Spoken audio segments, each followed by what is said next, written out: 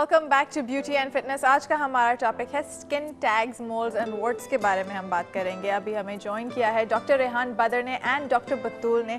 Doctor Rehan बदर हमारे साथ पहले भी शो पे एक दफ़ा मौजूद हुए थे एंड हमने बहुत कुछ सीखा भी था, और इस दफ़ा हम थोड़ा सा डिटेल में भी बात करेंगे अबाउट स्किन टैग्स।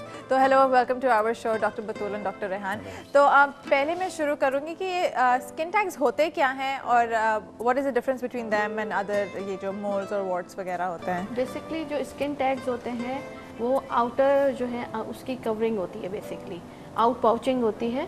बहुत छोटे छोटे भी हो सकते हैं और बहुत बड़े बड़े भी हो सकते हैं। मोल्स जो होते हैं वो विद इन द स्किन होते हैं, विद इन द सरफेस होते हैं। Warts are basically caused by virus, which is human papilloma virus, and they may be round, spherical, any shape, and जो है उसके colors different होते हैं, either red, brown, black. This is the basic difference in between these three. अच्छा। वो skin tags are basically benign होते हैं, कुछ भी नहीं करते, नॉर्मल सा प्रोसीजर होता है, आप जाकर निकलवा दें, खुद भी रिमूव हो जाते हैं। बहुत सारी तो स्किन टैग्स बेसिकली जब लोग रिमूव कराते हैं तो वो एस्थेटिक प्रोसीजर्स होते हैं। बिल्कुल बिल्कुल, वो उस पर्पस के लिए करते हैं, लेकिन it's not a danger to your skin. Dangerous. अच्छा, ठीक है। कॉस्मेटिक पर्पस के लिए आप रिमूव करवा सकते हो, otherwise there is no issue. अच्छा, तो फिर स्किन टैग्स के बारे में अगर हम थोड़ा सा इन डेप्थ में जाएं तो व्हाट कॉजेस स्किन टैग्स, वो होते क्यों हैं? आर दे जैसे कि हमारे मोल्स भी होते हैं, वो भी they are not dangerous in any way, तो वो उसी तरह होते हैं, लेकिन स्किन टैग्स दिखते कैसे हैं? What do they look like? Basically there are chances moles अगर शेप, साइज और उसकी अगर प्रोलॉन्ग अगर एग्जिस्ट करती है और शेप और साइज उसकी डिफरेंट बन रही है, then it could be a dangerous. Basically it leads to the carcinoma और malignant cells. You have to differentiate moles. अगर मिडिल एज के बाद हो, ठीक है ना, तो आपको आइडेंटिफाई करना पड़ेगा कि it is a carcinoma in cancer form में है, और कैंसर के डिफरेंट फॉर्म ऑफ स्टेजेस होते हैं। तो वहाँ पे आपकी डिपनेस और डेप्थनेस उसके मालूम करना चाहिए। कोई भी मोल, कोई भी ब्लैक पिगमेंटेड हो और एलिवेटेड मोल हो और उसकी शेप एंड साइज चेंज कर रही हो, तो उसे फ़ौरन चेक कराना कंसल्ट करना चाहिए, because it could be a dangerous और it could lead to malignancy basically. So basically जो ये मोल्स वगैरह ग्रो होते हैं, तो नॉर्मली पीपल से क्योंकि कैंसरस सेल्स आपके हो रहे हैं, बॉडी में ग्रो हो रहे हैं, इज दैट द रीज़न? कि अगर जो है वो परसिस्ट कर रहे हैं आपको, उसमें ईचिंग हो रही है बहुत ज़्यादा, और जो है या ब्लीडिंग होती है, सारी चीज़ें, अगर आपको जो है वो आपकी लाइफ में जो है वो प्रॉब्लम कर रहे हैं, आपको बहुत ज़्यादा ईचिंग हो रहा है, सारी चीज़ें अगर जो है नॉर्मल है, आपको कुछ नहीं कर रहे, उसमें ईचिंग नहीं है, कुछ भी नहीं है, तो आप नहीं जाएंगे ना डर्माटोलॉजिस्ट के पास। अगर ये सारी प्रॉब्लम्स स्टार्ट होती हैं कि क्रॉनिक है, मोर देन 6 मंथ्स उसको हो गए हैं और ईचिंग स्टार्ट हो रही है, ब्लीडिंग स्टार्ट हो रही है, एवरीथिंग, देन जो है आप जो है डर्माटोलॉजिस्ट को या किसी कॉस्मेटोलॉजिस्ट को कंसर्न करेंगे। That will be dangerous, it may be malignant. अच्छा, so what causes skin tags, वो होते क्यों हैं? इट बेसिकली हेरिडिटरी होते हैं। बेसिकली हेरिडिटरी होते हैं, otherwise the cause is unknown. और उनके शेप और साइजेस क्या होते हैं? शेप में be very small to very large basically, और जो स्मॉल्स होते हैं वो खुद ब खुद झड़ भी जाते हैं। अच्छा। कॉमनली झड़ जाते हैं। अदरवाइज सोल्यूशंस होते हैं सैलिसिलिक एसिड वगैरह के, अगर वो अप्लाई किए जाएं तो वो झड़ जाते हैं, और अगर नहीं होते तो फिर आप उसको रिमूव करवा दें एस्थेटिकली। अच्छा, और जब प्रेगनेंसी की बात होती है, जी डॉक्टर रेहान, सॉरी आप पहले स्किन टैग्स को बेसिकली यानी स्किन के टैग्स हैं और वार्ट्स बेसिकली है, उसको डिफ्रेंशिएट करना ज़रूरी होता है। Skin tags is not harmful, basically aesthetically उसे आप ट्रीट कर सकते हैं, otherwise it would not harm anyone basically, क्योंकि वो एबनॉर्मल लगता है। अगर फेस में होगी, नेक्स में वो मोस्ट कॉमन साइट्स होते हैं ये, ठीक है, जहाँ पे क्रीजेस होते हैं। और वार्ट्स बेसिकली इज़ अ वायरस, जैसे डॉक्टर साहब ने कहा है, वायरल कॉज है, और उसके डिफरेंट टाइप ऑफ वार्ट्स के वायरस होते हैं, ठीक, number of type of viruses.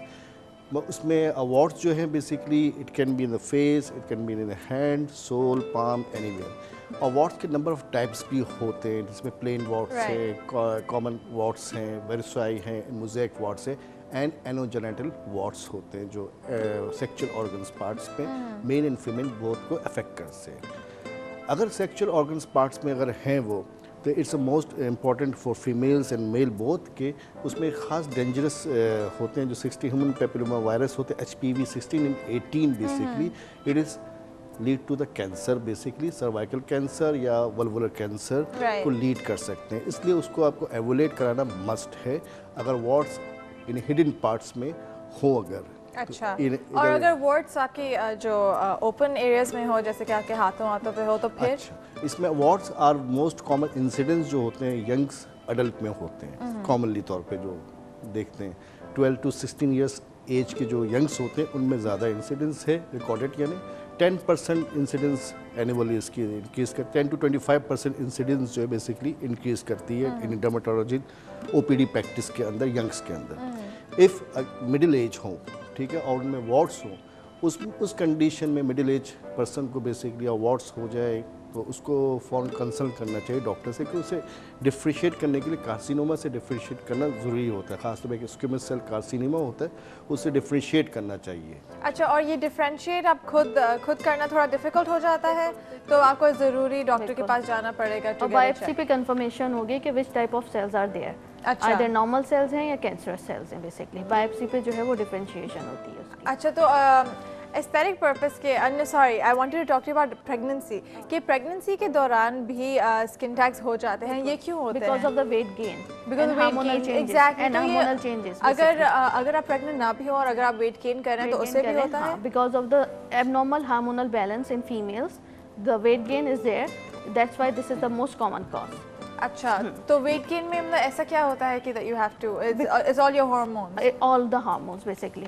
तो इन दैट केस हार्मोन्स जो है वो चेक करवाने नेसेसरी हैं। आपके जब हार्मोन्स जो है वो नॉर्मल होंगे देन आपके स्किन टैग्स रिमूव होंगे। तो ये अदरवाइज जो है वो आपकी जो है रिकरेंस होती रहेगी। अगर हार्मोन्स जो है वो नॉर्मल नहीं होते तो आपकी जो है रिकरेंस बार बार होगी। अच्छा, तो ये स्किन टैग्स की जो ट्रीटमेंट होती है उसमें ये सिर्फ रिमूवल होता है, कोई ऐसी मेडिकेशन भी होती है, क्रीम्स भी होती है जिससे वो रिमूव हो जाते हैं? जो ट्रीटमेंट्स जो होते हैं ऑप्शन, फर्स्ट फिजिकल ऑप्शन है जिसमें इलेक्ट्रोकॉटरी है, क्रायो सर्जरी, फ्रीजिंग करते हैं, उसमें सर्जरी होती है, एक्सेशनल सर्जरी होती है, ठीक है, और लेज़र होते हैं। This are the physical application, किसी चीज़ को फॉरन रिमूव करना।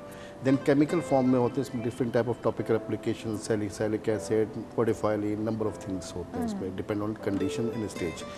एंड कीमोथेरेपिक जो है, कीमोथेरेपी में जो कीमो आप यूज़ करते हैं सम टाइप ऑफ कैंसर, उसको अदर फॉर्म इसी में इसको ट्रीट करने के लिए भी यूज़ करते हैं। तो ये फिर बहुत हार्श ट्रीटमेंट नहीं हो जाती अगर आप कीमोथेरेपी की वो यूज़ करते हैं? नहीं, it's not be harsh, topical applications होती हैं जिसको स्टडीज़ किया जाता है उसके बाद।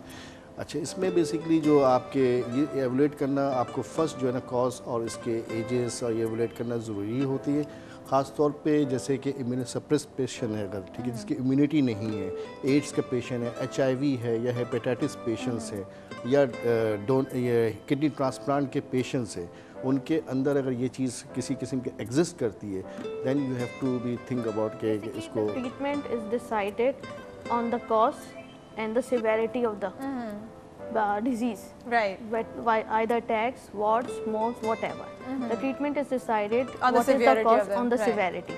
अच्छा, और ये एक कॉमन मिसकंसेप्शन है, क्योंकि जब मैं रिसर्च करी थी तो एक आया था क्वेश्चन कि आर स्किन टैग्स कंटेजियस, तो ये कंटेजियस होते हैं, तो फिर आप इसे कैसे ये ट्रांसफर कैसे होता है?